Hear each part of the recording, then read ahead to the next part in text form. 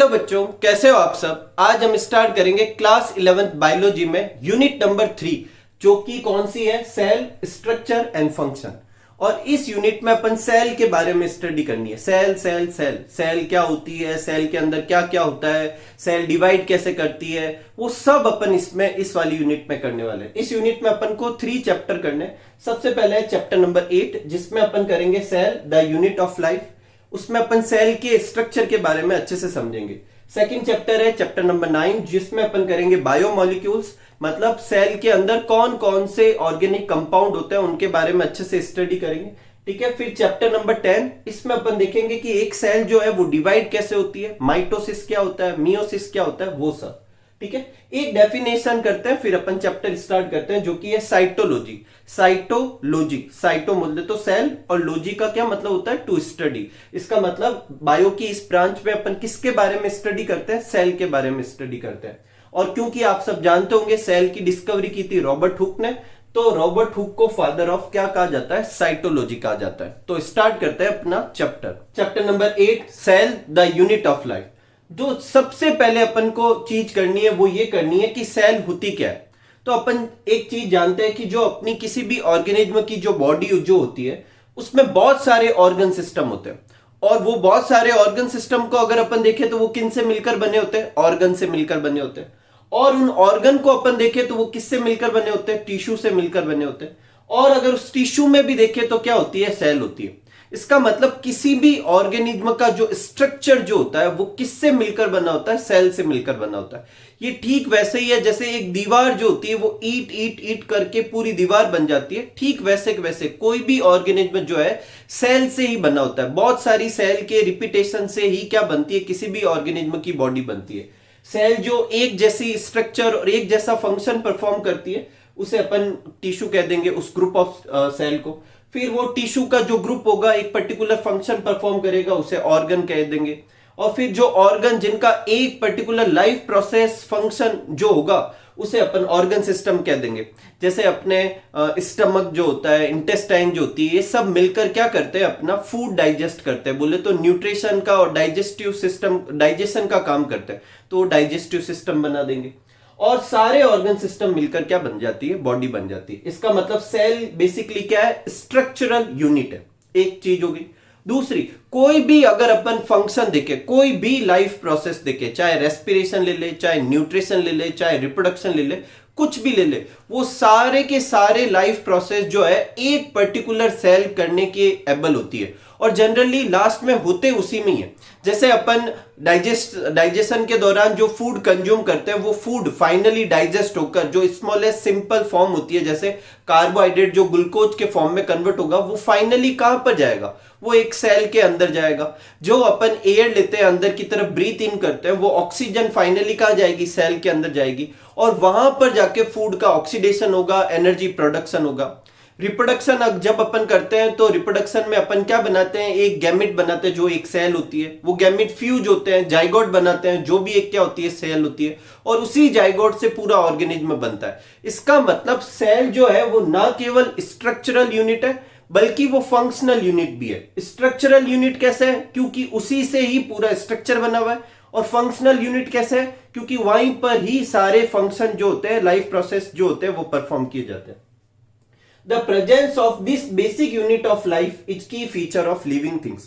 अपन ने पहले चैप्टर में देखा था लिविंग और नॉन लिविंग थिंग में डिफरेंस किए थे। जब वहां पर एक चीज अपन ने देखी थी, जो सेल जो होती है, जो सेलुलर स्ट्रक्चर जो होता है, वो एक मतलब ऐसा फीचर है जिससे अपन परमानेंटली या मतलब डेफिनेटली कह सकते हैं कि ये चीज लिविंग है। अगर किसी चीज में सेलुलर ऑर्गेनाइजेशन है, सेल उसमें प्रेजेंट है, तो वो पर्टिकुलर चीज जो होगी वो पक्का क्या होने वाली है, लिविंग होने वाली है। तो presence of basic unit of life बोले तो प्रेजेंस ऑफ सेल जो होती है वो की फीचर होती है लिविंग थिंग की। Anything less than complete structure of cell, अपनी बुक में एक लाइन लिखी हुई है कि anything less than a complete structure of cell, एक सेल के स्ट्रक्चर से कम कुछ भी हो, वो इंडिपेंडेंट लिविंग की गारंटी नहीं देती। मतलब अगर किसी चीज में एक पर्टिकुलर सेल में जो जो स्ट्रक्चर होने चाहिए जिससे वो सेल कंप्लीट कहलाती है, अगर उस स्ट्रक्चर से कुछ भी कम है तो फिर वो सेल या वो जो पर्टिकुलर चीज है या तो वो नॉन लिविंग है या फिर वो इंडिपेंडेंट लिविंग नहीं कर सकती। जैसे कि या तो वो नॉन लिविंग होगी या वायरस जैसी होगी। अब वायरस जो है वो तभी अपनी लाइफ पूरी साइकिल चला सकते हैं या अपने अंदर जो भी उसके प्रोसेस होते हैं, लिविंग प्रॉपर्टी होती है, वो तभी शो कर पाएंगे जब वो किसी और लिविंग थिंग के अंदर होते हैं। क्या क्या चीज होनी चाहिए एक पर्टिकुलर सेल में, मतलब अपन किस चीज को, अपनी बुक में जो ये लाइन लिखी हुई है anything less than a complete structure of cell, अपन को क्या पता चलेगा कि एक सेल का कंप्लीट स्ट्रक्चर में मिनिमम रिक्वायरमेंट क्या है। ज्यादा तो कुछ भी हो सकता है, मिनिमम क्या रिक्वायरमेंट है, तो मिनिमम होना चाहिए एक प्लाज्मा मेम्ब्रेन होनी चाहिए कम से कम, उसके अंदर साइटोप्लाज्म होना चाहिए, उस सेल का खुद का जेनेटिक मटेरियल होना चाहिए और उसके पास उसका राइबोसोम होना चाहिए जहां वो प्रोटीन सिंथेसिस कर सके। अगर ये किसी चीज में है तो वो सेल का कंप्लीट स्ट्रक्चर कहलाएगा। इसमें से कुछ भी गायब है तो वो कंप्लीट स्ट्रक्चर नहीं कहलाएगा और फिर वो इंडिपेंडेंट लिविंग की जो गारंटी नहीं देगी। नेक्स्ट है अपने सेल के बारे में कुछ अपन हिस्ट्री लेते हैं। सबसे पहले जो सेल थी वो डिस्कवर किसने की थी, तो वो की थी रॉबर्ट हुक ने। इन्होंने अपना खुद का एक माइक्रोस्कोप बनाया और इससे उन्होंने जो प्लांट की जो कॉर्क सेल होती है, सबसे बाहर वाली जो सेल होती है, जो डेड सेल होती है, उनको इन्होंने देखा था। तो जो रॉबर्ट हुक ने, अगर आपको पूछे कि किसने सेल की डिस्कवरी की, तो रॉबर्ट हुक ने की थी। और इन्होंने जो सेल देखी थी वो डेड सेल थी। तो अगर क्वेश्चन चेंज कर दिया जाए, ऐसा पूछा जाए कि किसने लिविंग सेल सबसे पहली बार देखी, तो फिर रॉबर्ट हुक नहीं लिख सकते, क्योंकि रॉबर्ट हुक ने जो सेल देखी थी वो कैसी थी, डेड सेल थी। ठीक है। A.V. एंटनी वॉन लीवेनहॉक, ये जो थे इन्होंने फर्स्ट लिविंग सेल देखी। तो अगर आपको क्वेश्चन पूछे who saw the first cell, तो क्या होगा, रॉबर्ट हुक। लेकिन who saw the first living cell, तो फिर अपन क्या लिखेंगे, लीवेनहॉक। हु डिस्कवर्ड सेल, तो फिर क्या होगा, रॉबर्ट हुक। ठीक है। तो अच्छे से क्वेश्चन समझ के अपन को आंसर लिखना है। एक और हिस्ट्री अपन को दे रखी है डिस्कवरी के बारे में, रॉबर्ट ब्राउन के बारे में। इन्होंने जो थी वो न्यूक्लियस की डिस्कवरी की थी। अब देखो, अगर आप यहां पर गैप देखोगे तो यहां 1665, 1674, 1831, तो इतना गैप कैसे हुआ। तो देखो, इनिशियल में इन्होंने सब ने अपने अपने माइक्रोस्कोप बनाए और उससे देखा, लेकिन वो माइक्रोस्कोप इतने अच्छे नहीं थे कि और अंदर स्ट्रक्चर को अच्छे से देख पाए। तो फिर बहुत टाइम बाद में जब अच्छे माइक्रोस्कोप बने तब न्यूक्लियस की डिस्कवरी हुई, और इसके बाद में जब इलेक्ट्रॉन माइक्रोस्कोप वगैरह डिस्कवर्ड हो गए तो और सेल ऑर्गेनल्स जो होते हैं, mitochondria, ribosome, lysosome, Golgi body, इन सब के बारे में भी डिटेल स्टडी की जाने लगी। इसका मतलब जो सेल जो है, ये वाली जो भी डिस्कवरी है वो कहीं ना कहीं माइक्रोस्कोप से रिलेटेड, क्योंकि आपके पास ऐसी डिवाइस ही नहीं होगी जिससे अपन देख पाएंगे, तो अपन क्या देखेंगे। ठीक है। नेक्स्ट है यूनिसेलुलर एंड मल्टीसेलुलर। एकदम सिंपल सा है, नाम से क्लियर है। अगर ऑर्गेनिज्म जो है सिर्फ एक सेल का बना हुआ है तो यूनिसेलुलर, और अगर ऑर्गेनिज्म जो है एक से ज्यादा सेल का बना हुआ है तो उसे क्या कहेंगे, मल्टीसेलुलर। अब जो यूनिसेलुलर ऑर्गेनिज्म होगा वो अपना इंडिपेंडेंट एग्जिस्टेंस रख सकता है और सारे के सारे लाइफ प्रोसेस भी परफॉर्म कर पाएगा। और ये दो पॉइंट है, इसी वजह से अपन सेल को फंक्शनल यूनिट भी कह सकते हैं। देखो, यूनिसेलुलर ऑर्गेनिज्म में तो एक ही सेल होती है और वो अपना इंडिपेंडेंट एग्जिस्टेंस भी रखते हैं और सारे लाइफ प्रोसेस परफॉर्म कर पाते हैं। इसका मतलब एक सेल के पास ये एबिलिटी होती है कि वो सारे लाइफ प्रोसेस क्या कर सकते हैं, परफॉर्म कर सकते हैं। अगर अपन एग्जाम्पल की बात करें यूनिसेलुलर और मल्टीसेलुलर, तो अपन ने जो चैप्टर नंबर 2 में देखा था कि टोटल 5 किंगडम होते हैं। कौन कौन से होते हैं, मोनेरा, प्रोटिस्टा, फंजाई, प्लांटी और एनिमेलिया। इसमें मोनेरा और प्रोटिस्टा है वो यूनिसेलुलर ऑर्गेनिज्म है, फंजाई, प्लांटी और एनिमेलिया जो है वो किस में आते हैं, मल्टीसेलुलर ऑर्गेनिज्म में आते हैं। कोई तकलीफ नहीं, आगे देखते हैं। ये अपन देख चुके हैं कि एक सेल की मिनिमम रिक्वायरमेंट क्या होगी, तब उसे अपन कंप्लीट सेल कहेंगे। उसमें प्लाज्मा मेम्ब्रेन होनी चाहिए कम से कम, साइटोप्लाज्म होना चाहिए, उसका खुद का जेनेटिक मटेरियल और राइबोसोम होना चाहिए। इसके अलावा और भी स्ट्रक्चर हो सकते हैं, लेकिन कम से कम ये होना चाहिए। अगर इससे कम है तो फिर वो इंडिपेंडेंट लिविंग की गारंटी नहीं देती। नेक्स्ट है सेल थ्योरी। अपना जो बुक का टॉपिक है वो है सेल थ्योरी। और सेल थ्योरी दो साइंटिस्ट ने दी थी, एक स्लाइडन और एक स्वान। पहले अपन इन दोनों के बारे में देखते हैं, फिर सेल थ्योरी के बारे में देखेंगे। तो पहले देखते हैं एम स्लाइडन के बारे में। ये जर्मन बॉटनिस्ट थे, इसका मतलब इन्होंने प्लांट पे वर्क किया और इन्होंने देखा, बहुत सारे प्लांट की स्टडी करने के बाद इन्होंने देखा कि सारे प्लांट जो होते हैं वो अलग अलग टाइप की क्या होते हैं, सेल से मिले होते हैं, सेल से बने होते हैं, और वो सेल आपस में मिलकर क्या बनाती है, टिश्यू बनाती है। इसका मतलब, इनका कहने का मतलब ये था कि प्लांट जो है वो किससे मिलकर बने, सेल से मिलकर बने। वो सेल पहले टिश्यू बनाती है और वो टिश्यू से मिलकर क्या बनता है, प्लांट बनता है। मतलब इन्होंने अपनी ऑब्जर्वेशन से क्या बताया कि प्लांट जो होते हैं वो किससे कंपोज्ड होते हैं या किससे मिलकर बनते हैं, सेल से मिलकर बनते हैं। ये इन्होंने प्लांट के बारे में कहा था। ठीक है, तो पहले आप ये नोट कर लीजिए, फिर अपन स्वान का ऑब्जर्वेशन देखते हैं, फिर देखते हैं कि सेल थ्योरी क्या है। ठीक है, तो जो सेकंड साइंटिस्ट है उनके बारे में देखते हैं, जो कि है टी स्वान। अब ये जो थे बेसिकली जूलॉजिस्ट थे, मतलब इन्होंने मेनली किस पे वर्क किया था, एनिमल पे वर्क किया था। तो एनिमल, इन्होंने बताया कि एनिमल सेल जो होती है उसके चारों तरफ एक थिन आउटर लेयर होती है। इन्होंने नाम नहीं बताया, और यही थिन आउटर लेयर बाद में डिस्कवर्ड हुई कि ये चीज क्या थी, सेल मेम्ब्रेन। मतलब इन्होंने सेल मेम्ब्रेन के बारे में बताया तो था सबसे पहले, लेकिन नाम वगैरह कुछ भी नहीं बोला। इन्होंने सिर्फ इतना बोला कि एनिमल सेल के चारों तरफ एक क्या होती है, थिन लेयर होती है। ठीक है, इन्होंने प्लांट के ऊपर भी स्टडी की थी, और इन्होंने बताया कि presence of cell wall is the unique character of plant cell. इन्होंने कहा कि प्लांट सेल के चारों तरफ एक रिजिड स्ट्रक्चर होता है, सेल वॉल होती है, और ये प्लांट का क्या होता है, कैरेक्टरिस्टिक्स फीचर होता है। देखो, स्वान जो थे वो जूलॉजिस्ट थे, और जो अपने मतलब स्लाइडन जो थे वो बॉटनिस्ट थे। अगर आपको पूछा जाए कि इन दोनों में से ये किसने बताया कि प्लांट के चारों तरफ, प्लांट सेल के चारों तरफ सेल वॉल होती है, तो अपना दिमाग ऐसे चलेगा कि यार वो बॉटनिस्ट है तो उन्होंने बताया होगा। लेकिन किसने बताया, स्वान ने बताया। किसने बताया था, स्वान ने बताया था। एक इन्होंने एक चीज और बताई थी, इन्होंने ये बोला कि एनिमल और प्लांट सेल जो होते हैं वो किसके बने होते हैं, सेल के या उनके प्रोडक्ट के। प्रोडक्ट से मतलब बायोमोलिक्यूल्स है, कार्बोहाइड्रेट, प्रोटीन वगैरह, इनसे मिलकर बने होते हैं। तो देखो, स्लाइडर ने बताया था कि प्लांट की जो बॉडी होती है वो किससे मिलकर बनी होती है, सेल की। और स्वान ने भी लगभग लगभग वही बोला कि एनिमल और प्लांट की जो बॉडी होती है वो किससे मिलकर बनी होती है, सेल से मिलकर बनी होती है। और इन दोनों की इसी जो ये पॉइंट था, इसी को अगर एक साथ जोड़ दिया जाए तो वो बन जाती है सेल थ्योरी। तो स्लाइडन और स्वान ने जो सेल थ्योरी दी थी उसका पॉइंट क्या था कि all living organism are composed of cell and product of cell. कि सारे लिविंग सेल जो होती है, सारे लिविंग ऑर्गेनिज्म जो होते हैं वो सेल के बने होते हैं या फिर प्रोडक्ट ऑफ सेल के बने होते हैं।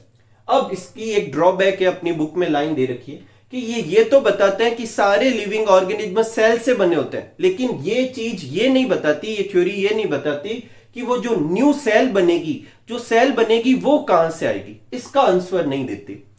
इसी को ही बाद में करेक्ट किया किसने, रुडोल्फ विर्चो ने।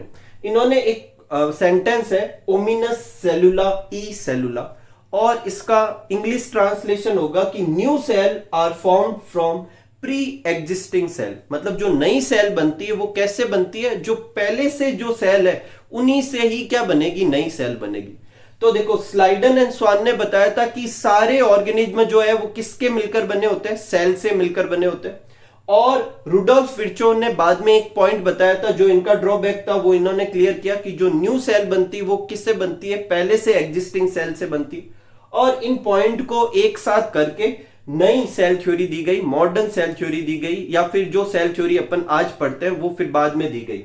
जिसका पहला पॉइंट तो यही रखा गया कि all living organism are composed of cell and product of cell. इससे ये क्लियर होता है कि सेल जो होती है वो स्ट्रक्चरल यूनिट होती है। दूसरा पॉइंट ये डाल देंगे कि all cell arise from pre existing cell. सारी सेल जो पहले से मौजूद सेल है उनके डिवीजन से या उनसे बनती है। ठीक है, एक पॉइंट मैं और एक्स्ट्रा ऐड करवा रहा हूं, ऑल द मेटाबॉलिक रिएक्शन, जितने भी मेटाबॉलिक रिएक्शन होती है, फॉर्मेशन रिएक्शन या ब्रेकडाउन रिएक्शन, जितनी भी रिएक्शंस होती है वो सारी रिएक्शन जो होती है कहां पर होती है, सेल में होती है। इसका मतलब सेल क्या है, फंक्शनल यूनिट भी है। तो ये तीनों पॉइंट कंबाइनली क्या कहलाती है, सेल थ्योरी कहलाती है। अगर आपको पूछा जाए कि सेल थ्योरी का एक्सेप्शन क्या है, मतलब किस पर सेल थ्योरी एप्लीकेबल नहीं है, तो वायरस जो होता है उस पर सेल थ्योरी एप्लीकेबल नहीं है। उसमें तो मेटाबॉलिक रिएक्शन खुद में होती ही नहीं है, वो तो होस्ट में जाकर अपने लिए सारी चीजें करवाता है। तो सेल थ्योरी का एक्सेप्शन पूछा जाए तो क्या लिखेंगे अपन, वायरस लिखेंगे, कोई तकलीफ नहीं। आगे बढ़ते हैं। नेक्स्ट जो अपनी हेडिंग है वो है an overview of cell. Cell के बारे में देखना है, तो अपन देखो अच्छे से समझते हैं। एक सेल के स्ट्रक्चर में दो चीजें होती, एक उसकी बाउंड्री और उस बाउंड्री के अंदर की चीज। जो बाउंड्री होती है उसे अपन कहेंगे सेल बाउंड्री। उसमें एक बाउंड्री तो हमेशा होगी, यूनिवर्सल सेल बाउंड्री होगी, जो कि होगी सेल मेम्ब्रेन, हमेशा होगी। हर लिविंग सेल में सेल मेम्ब्रेन होगी। उसके बाहर क्या होती है, सेल वॉल हो सकती है। अब आपको मुझे ये बताना, मैं आपको 5 किंगडम सिस्टम करवा चुका हूं, कौन से किंगडम में सेल वॉल होती है, ठीक है, ये आपको बताना है। और बैक्टीरिया के केस में एक एक्स्ट्रा लेयर, सबसे बाहर की तरफ एक एक्स्ट्रा लेयर हो सकती है, जिसको क्या कहेंगे, ग्लाइकोकैलिक्स। तो ये 3 तरह की सेल बाउंड्री हो सकती है, एक हमेशा होगी जो कि क्या है, सेल मेम्ब्रेन। अब इस सेल बाउंड्री के अंदर की तरफ जो भी चीज है वो सारी चीज एक साथ क्या कहलाती है, प्रोटोप्लाज्म। क्या कहलाएगी, प्रोटोप्लाज्म। इस प्रोटोप्लाज्म को भी मैं 2 पार्ट में डिवाइड कर सकता हूं, एक साइटोप्लाज्म और एक सेंटर का जो स्ट्रक्चर है जिसे अपन क्या कहेंगे, न्यूक्लियस। देखो ये अपनी क्या हो जाएगी, सेल मेम्ब्रेन, ठीक है, या सेल बाउंड्री, इसके चारों तरफ सेल वॉल और भी कुछ हो सकता है, ठीक है, अपन सेल मेम्ब्रेन मानते हैं। और ये हो गया न्यूक्लियस। तो ये अंदर वाला जो ये चीज है वो तो हो जाएगा साइटोप्लाज्म, ये न्यूक्लियस, और अगर पूरा एक साथ साइटोप्लाज्म और न्यूक्लियस एक साथ कर दे तो वो क्या हो जाएगा, प्रोटोप्लाज्म, ठीक है। अब जो न्यूक्लियस के अंदर क्या क्या स्ट्रक्चर आते हैं, उसके अंदर न्यूक्लियस की बाउंड्री आएगी जिसे न्यूक्लियर मेम्ब्रेन कहेंगे, उसके अंदर न्यूक्लियोप्लाज्म आएगा, उसका लिक्विड आएगा जिसे न्यूक्लियोप्लाज्म कहेंगे, उसके अंदर न्यूक्लियोलस पढ़ाया जाता है, उसके अंदर क्रोमोसोम या जेनेटिक मटेरियल के बारे में बताया जाता है। ये अपन बाद में डिटेल में भी देखेंगे, अभी सिर्फ अपन ऊपर ऊपर से देख रहे हैं। जहां तक साइटोप्लाज्म की बात की जाए, उस साइटोप्लाज्म में भी 2 तरह के स्ट्रक्चर होते हैं, एक उसका सिर्फ लिक्विड पोर्शन उसे कहेंगे साइटोसोल, और एक उसके अंदर जो बाकी का जो सॉलिड पोर्शन है उसे कहेंगे ट्रोफोप्लाज्म। अब इस ट्रोफोप्लाज्म में भी 2 तरह के स्ट्रक्चर होते हैं, एक लिविंग स्ट्रक्चर जिसे सेल ऑर्गेनल्स कहते हैं, और एक नॉन लिविंग स्ट्रक्चर, बाकी के जो बायोमोलिक्यूल वगैरह जो प्रेजेंट होते हैं वो, ठीक है। अब जो सेल ऑर्गेनल्स जो है, ऑर्गेनल्स मतलब स्मॉल ऑर्गन, ठीक है, सेल में जो चीजें हैं वो ऑर्गन जैसी है, तो ऑर्गेनल्स क्या, ये जो होती है ये भी 2 कैटेगरी की होती है। कुछ सेल ऑर्गेनल्स ऐसे होते हैं जिसके चारों तरफ बाउंड्री होती है, और कुछ सेल ऑर्गेनल्स ऐसे होते हैं जिसके चारों तरफ बाउंड्री नहीं होती, ठीक है। तो मेम्ब्रेन बाउंड स्ट्रक्चर और membrane less structure. Membrane bound structure में कौन से आते हैं, माइटोकॉन्ड्रिया, प्लास्टिड, फिर एक आता है एंडो मेम्ब्रेन सिस्टम जिसमें क्या क्या आते हैं, endoplasmic reticulum, Golgi body, lysosome और वैक्यूल। ये याद रखिए, ये चारों आपस में मिलकर एक साथ क्या कहलाते हैं, एंडो मेम्ब्रेन सिस्टम। इसके बारे में भी, सबके बारे में एक एक करके अपन को इस चैप्टर में यही स्टडी करना, जब अपन एक एक करके ये सारा कर लेंगे तो चैप्टर खत्म हो जाएगा। एक होती है माइक्रोबॉडीज, जो अपने चैप्टर की सबसे लास्ट टॉपिक है, उसके अंदर भी 3 माइक्रोबॉडीज पढ़ाई जाती है, पेरोक्सिसोम, स्फेरोसोम और ग्लाइऑक्सिसोम। तो ये सारे मेम्ब्रेन बाउंड स्ट्रक्चर है। मेम्ब्रेन लेस स्ट्रक्चर जिनके चारों तरफ मेम्ब्रेन नहीं होती, कौन कौन से हैं, एक है राइबोसोम और एक क्या है, सेंट्रियोल, ठीक है। तो एक बार आप ये नोट कर लीजिए, फिर अपन एक लास्ट टॉपिक आज की क्लास का करते हैं कि साइज और शेप ऑफ सेल के बारे में देखते हैं, फिर अपन आज का लेक्चर एंड करते हैं, ठीक है। जो नेक्स्ट टॉपिक है अपना वो है size and shape of cell. तो पहले अपन साइज के बारे में देखते हैं। तो जो सारे ऑर्गेनिज्म की जो सेल होती है वो एक जैसी नहीं होती, इवन एक ऑर्गेनिज्म के अंदर जो सेल होती है वो भी एक जैसी नहीं होती साइज में। जो सबसे स्मॉलेस्ट सेल है वो होती है माइकोप्लाज्मा। किसकी होती है, माइकोप्लाज्मा, जो एक तरह का क्या है, बैक्टीरिया है, जिसे जोकर ऑफ प्लांट किंगडम भी कहते हैं, और उसे पीपीएलओ भी कहते हैं, प्लूरो न्यूमोनिया लाइक ऑर्गेनिज्म। ये सबसे स्मॉलेस्ट सेल है। इसके बारे में अपनी बुक में 2 बार डेटा दे रखे, एक बार दे रखा है 0.3 माइक्रोमीटर थ्योरी में, और एक बार जहां डायग्राम बना रखे एनसीईआरटी बुक में वहां दे रखा है 0.1 माइक्रोमीटर। परहैप्स ये वाली जो चीज है ये डेटा उसकी लेंथ है और ये उसका डायमीटर समझ सकते हैं, ठीक है। कुछ जगह ऐसे भी लिखा होता है, कुछ बुक में ये भी लिखा होता है कि इसकी रेंज होती है 0.1 टू 0.3 माइक्रोमीटर। जो भी है ये सबसे स्मॉलेस्ट सेल है, ठीक है। नेक्स्ट, बैक्टीरिया की अपन को साइज दे रखी है 3 to 5 माइक्रोमीटर एक बार दे रखी है, और जहां डायग्राम में वह 1 to 2 माइक्रोमीटर। अगेन ये इसकी लेंथ 3 to 5 माइक्रोमीटर होती है, डायमीटर क्या होता है 1 to 2 माइक्रोमीटर होता है, ठीक है। नेक्स्ट है, तो इसका मतलब माइकोप्लाज्मा बाकी के बैक्टीरिया से भी छोटे होते हैं, ठीक है। एक अपन ह्यूमन आरबीसी का डायमीटर दे रखा है, कितना दे रखा है 7.0 माइक्रोमीटर। एक लार्जेस्ट आइसोलेटेड सेल, अगर आपको पूछे सबसे बड़ी सेल कौन सी है, लार्जेस्ट सेल कौन सी है, तो ऑस्ट्रिच की जो एग सेल होती है वो सबसे बड़ी होती है। लॉन्गेस्ट सेल पूछे, सबसे लंबी सेल लेंथ के हिसाब से, तो वो कौन सी होगी, नर्व सेल होगी। नेक्स्ट, वायरस, वायरस की भी साइज दे रखी है, कितनी दे रखी है 0.02 टू 0.2 माइक्रोमीटर। अब यहां पर आपके दिमाग में ये आ सकता है कि ये जो साइज है ये तो माइकोप्लाज्मा से भी छोटी है, लेकिन वायरस जो है उसे एक सेल का दर्जा नहीं है। वायरस एक कंप्लीट सेल स्ट्रक्चर नहीं है। अभी सेल थ्योरी के एक्सेप्शन में भी देखा, और जब अपन ने सेकंड चैप्टर में वायरस किया था तो वहां पर भी बताया था कि अगर आपको जब पूछा जाए कि स्मॉलेस्ट लिविंग सेल कौन सी है, तो वायरस को कंसिडर नहीं करेंगे, क्योंकि वायरस तो एक कंप्लीट सेल में ही नहीं आता, वो तो लिविंग नॉन लिविंग दोनों की प्रॉपर्टी शो करता है। तो आपको हमेशा क्या चूज करना है, माइकोप्लाज्मा या पीपीएलओ ही चूज करना है। हाँ, ये बात सही है कि वायरस जो होता है इनसे भी छोटे होते हैं। नेक्स्ट है टिपिकल यूकैरियोटिक सेल, मतलब अलग अलग यूकैरियोटिक सेल जो होती है वो अलग अलग साइज की होगी, लेकिन जनरली एक यूकैरियोटिक सेल जो होती है उसकी साइज क्या होती है, 10 to 20 माइक्रोमीटर। देखो वैसे प्रोकैरियोट यूकैरियोट के बारे में आप जानते होंगे। प्रोकैरियोट जिसमें जो होता है न्यूक्लियस जो होता है वो प्रिमिटिव टाइप का होता है, उसमें अभी अपन ने जो मेम्ब्रेन बाउंड स्ट्रक्चर देखे थे, जिनके नाम देखे थे, वो सारे नहीं होते, और भी फीचर होते हैं, मैंने चैप्टर नंबर 2 में भी बताया था। वैसे नेक्स्ट लेक्चर में अपन प्रोकैरियोट और यूकैरियोट सेल के बारे में और डिटेल में देखेंगे, ठीक है।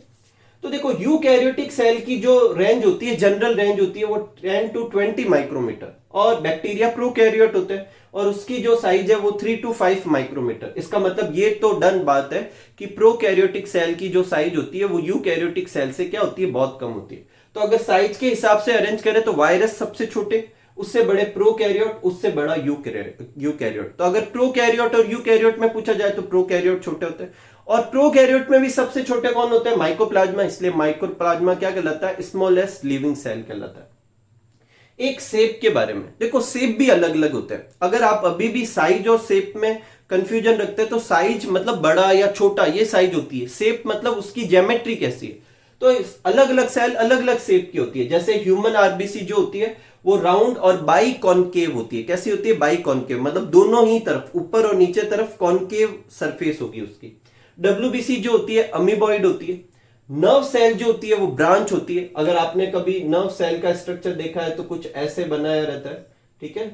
तो ये नर्व सेल ब्रांचिंग भी है, लंबी भी है, ब्रांच एंड लॉन्ग। ट्रैकिड्स जो होते हैं, प्लांट का जब स्ट्रक्चर देखते हैं, प्लांट टिश्यू जब करते हैं तो उसमें ट्रैकिड्स आता है। वो जो होता है कैसे होते हैं, इलोंगेटेड होते हैं। मीजोफिल सेल जो होती है वो कैसी होती है, राउंड एंड ओवल शेप की होती है। मीजोफिल सेल कहां पे देखने को मिलती है, जैसे लीफ का स्ट्रक्चर करते हैं तो ऊपर जो होती है लेयर, नीचे लेयर और उसके बीच की जो सेल होती है वो मीजोफिल सेल कहलाती है। वो कैसी होती है, राउंड और ओवल शेप की होती है। अपने कॉलमनर एपिथेलियम, वैसे एपिथेलियम सेल अलग अलग तरह की हो सकती है। जैसे क्यूबॉइडल जो होती है क्यूब शेप की होती है, स्क्वेमस जो होती है वो फ्लैट होती है, कॉलमनर जो होती है लॉन्ग लॉन्ग और नैरो होती है, मतलब ऐसे, ठीक है, ऐसे स्ट्रक्चर होती है, ठीक है।